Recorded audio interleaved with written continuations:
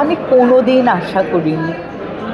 আমি শুনি সবাই পদ্মশ্রী পান, কিন্তু আমি কোনো দিন আশাও করিনি, কোনো দিন ভাবিনি, এবং আমি কোনো দিন মানে কোনো অ্যাওয়ার্ডের কথা ভেবে আমি কোনো কাজ করিনি।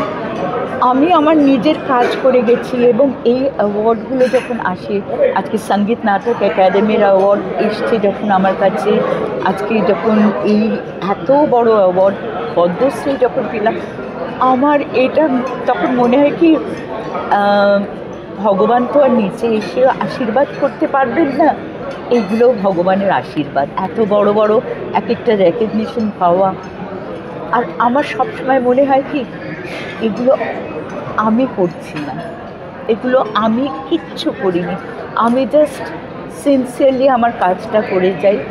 কিন্তু এটা অন্য কেউ আমার ভেতরে করান, আমাকে দিয়ে করান। সুতরাং যিনি করান, এটা তার পায়ে যাচ্ছে, আমার সত্য সাই বাবা।